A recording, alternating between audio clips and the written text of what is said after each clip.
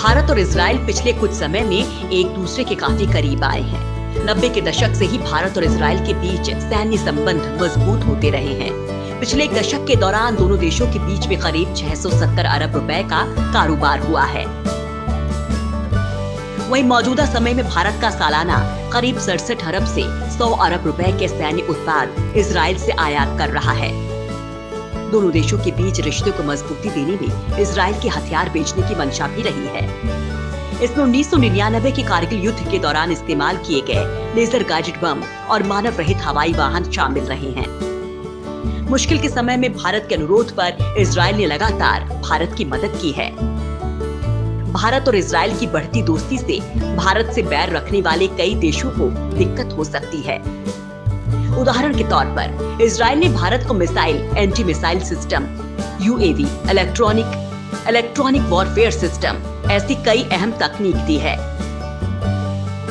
वहीं इससे उलट इजराइल ने चीन को अवाक सिस्टम बेचने से इनकार कर दिया था, पर उसने भारत को ये सिस्टम दिया।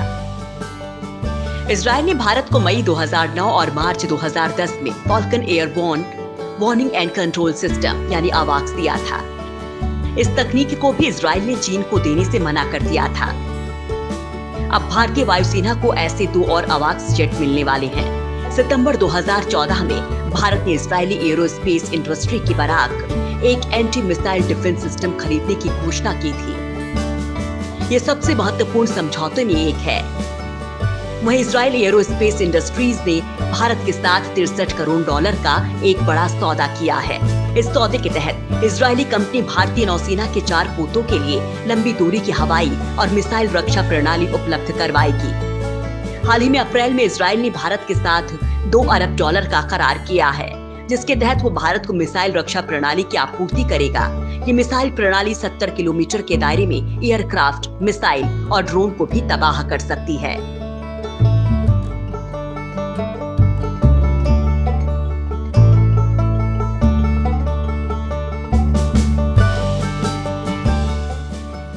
Team India links.